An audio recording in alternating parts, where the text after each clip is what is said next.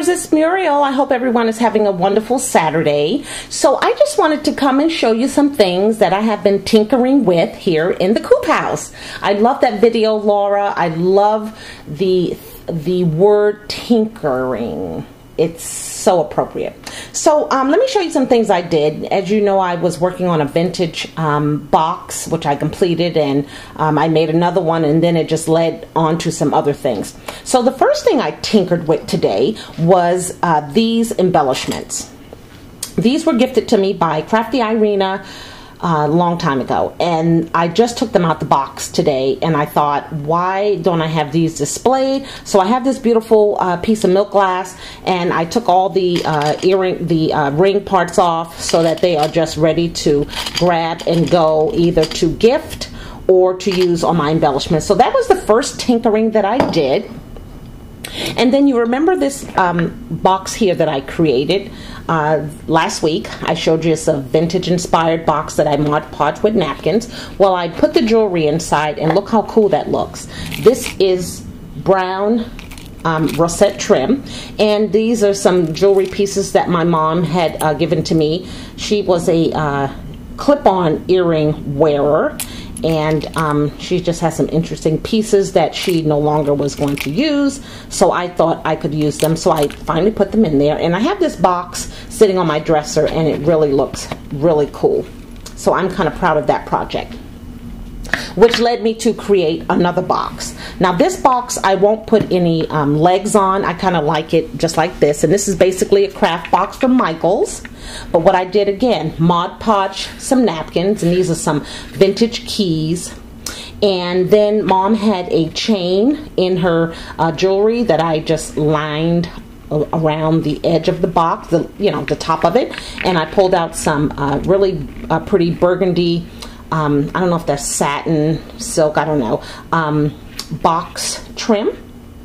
Okay, and then at the end of the chain, I attach one of the tokens that say thoughts. Okay, now on the top, I clustered some flowers. They're all sitting on this beautiful doily that was gifted to me by Mona over at 63 Sono Tech. Hi, Mona. So I wanted to use it and showcase it in the most appropriate way I knew how, and it's very vintage inspired, so I used it on this project here. It has a beautiful metal piece in the center, and then these red flowers clustered on top. All the flowers here are from Prima. So as I was tinkering and digging in my stash, because at the same time I'm getting ready for a crop next week, so I digged into this bag of Prima goodies that I had, and I found these buttons, and I used this burgundy one here. These are so pretty, so pretty. I think I need to take these out of the pack and just put them in a button jar, which I will do that today. And then I had these stick pins, and the same thing with these. I need to take these out of this plastic bag and stick them in my pin cushion, and I will do that today as well. So here they are displayed on this project. There is the teacup there, and there is the burgundy bow there. Okay, and this is a bronze key with a bronze hand that is pointing like that. And then this is a metal embellishment that I had in my stash, and it says, always dream in vivid color. So I've been wanting to use that, and I thought this was appropriate. Okay, so now the inside of the box is, I put some distressed paper, and I'll show you where I got this paper from, and these are the rosette trims that I also used inside the box with the same paper from this paper pad that I'll show you. Okay, and then underneath there's some more of that paper. It's distress. It just adds age to the box, which is what I was going for.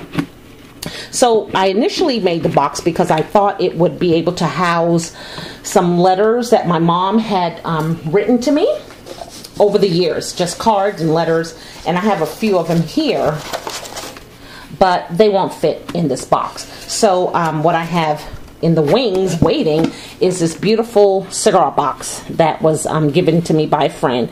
It's a beautiful box, and I just don't know how to alter it because I don't want to rip all this paper off. I like the trim but I may not be able to do vintage by the colors of this trim. I don't know. I may have to do Moroccan or I don't even know. But it's beautiful. Beautiful box. So I will put some legs on here and I will alter it some kind of way and bring it back. But I wanted to show you first and see it's perfect for these letters. They just go right in there. And it has some sort of tissue paper here, which I will take out and replace it with some more beautiful tissue paper. So that'll be my next altered box, cigar box project. Okay, so then my tinkering didn't stop.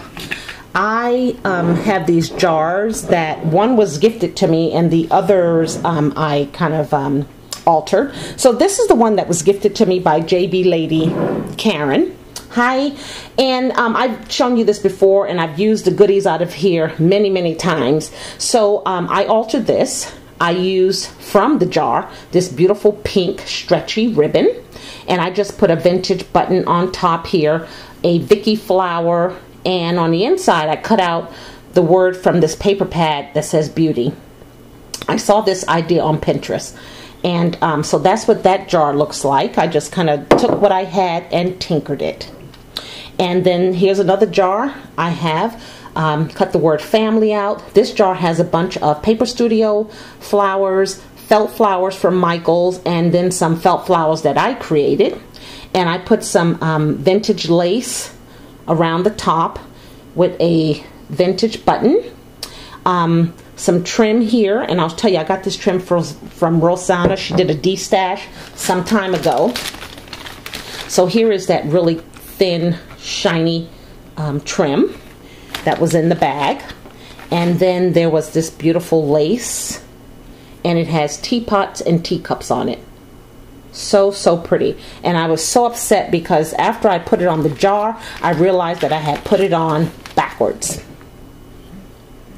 Shame on me. So anyway, this trim here is the trim on a roll from Michaels. And then I put this cute little rosette flower that I just got from Marcy over at Felt Gold M. She just sent this to me in a rack. So that altered that jar. And then the next one I had here, and mind you, I got these jars, if I didn't show you, from the Dollar Tree. They're huge. And they have small sizes as well, but they don't have the imprint on them like a mason jar, and that's what I like about them. So this jar here houses some wooden spools, all different sizes, the darker ones, the lighter ones, and then I cut out the word traditions and taped that on the inside. Some more lace, a metal embellishment with the pearl on top, and around the edge here is some pleated trim from Rosanna and some trim on the roll from Recollections. And then this is a flower that I created. This flower was inspired by Bona. I saw flowers that she had made, so I used some white eyelet trim, some crochet trim, a rosette flower, and then a pearl in the center. Always have loved that, and it's the perfect size for this jar. Okay, and that trim from Rosanna looks like this. Beautiful. So if she ever does a vintage, a de-stash of trims, I suggest you jump on it. So that was the three there that I altered. And then I didn't stop because I had bought these jars from Michaels a couple of weeks ago. They were 70% off. And they're just the shorter ones. And these I house my resin pieces that I've been making. And I finally pulled out, you know, this jar jewelry that I've had. I found 5 that I've purchased. And 3 of them were silver and the other 2 are gold. So I E6000 them onto this jar.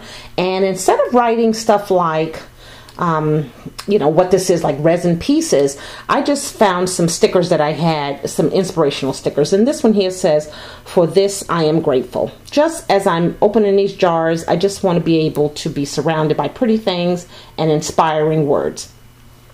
So I glued on the lid here, again, this beautiful vintage trim from Rosana. Is this the one? Wait a minute. Let's see if I even have a piece, because I think it got down to the wire. So I think I have one little piece upstairs to left, but it's very pretty. It has the ribbon through it, and the piece that I had made it to go around all three of these jars, thank goodness. So I put some of that distressed paper on the lid, and then I just glued on one of my Gatsby flowers that I had created. Now, these were my first batch of Gatsby flowers that I made, and I was inspired by Bonnie over at Sassy Scrappers. I also made 3 or several more Gatsby flowers that I was inspired by Laura, but I can't find those. So if I keep on tinkering in my room, they should pop up. So here is another one with some more resin pieces, and this inspiration says, "Time eases all things." Okay, the trim, the Gatsby flower, so cute. And again, tinkering, taking things that you have made, and altering items with them so that they will look pretty while you're crafting and in your craft room. And then here's the third one. This says "Moments to Remember." And again, I have E6000 on this metal piece onto this jar so it doesn't come off. And there's my other Gatsby flower. And these are just with laces and eyelash trim and crochet doilies and your buttons. Okay, so those are those 3. Now let me show you the paper pad that I did use, because I was inspired by Luisa Diaz over at Luisa Diaz, and she made several projects using this stack of paper. This is the heirloom stack. So it's 180 sheets of 12 by 12 printed paper, and I believe you get 3 of each. I think so. So the first pages has this sheet of words, and that's where I cut off to put on the inside of the jar. Okay, so that is my my projects that I've been working on today, my vintage inspired projects, and the things that I have been tinkering with here at the Coop House. So if you have any questions, feel free to leave me a comment down below. And to everyone, thank you so much for your inspiration. It really pays off. And Laura, thank you for that video of tinkering. What is it? Tinker Treasures. That's what it's called. I knew it would come to me. So everyone, have a great afternoon now. Bye.